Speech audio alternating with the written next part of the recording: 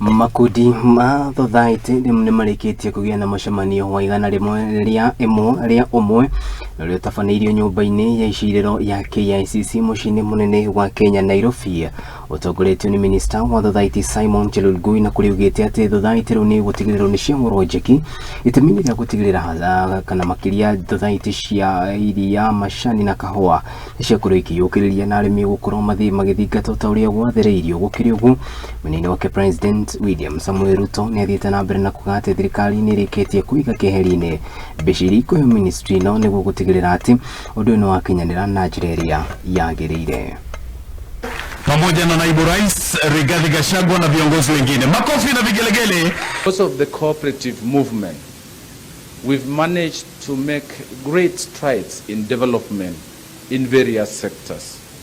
On financial services, Your Excellency, we've made great strides. Many Kenyans are banking and saving within the cooperative circles in Kenya.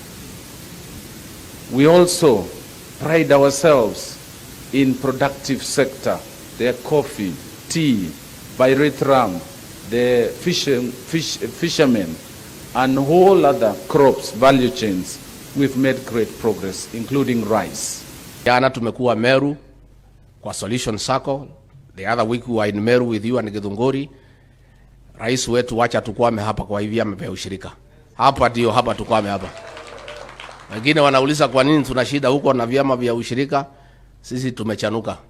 Wacha tujipange na hii cooperatives. This is a way to build the economy of this country. Nimesema vile vile katika sekta yetu ya mambo ya maziwa tunaweka mpango ya milk cooling plants kwa sababu nia yetu is to double the milk production in Kenya so that we can export milk and increase our exports as a percentage of GDP. Mbolea ya wakulima wa chai, mbolea ya wakulima wa kahawa, mbolea ya wakulima wa mahindi, ngano, mchele na hiyo ingine yote, na tumeweka mpango maalum. We have registered all farmers. 5.1 million farmers are now on our database.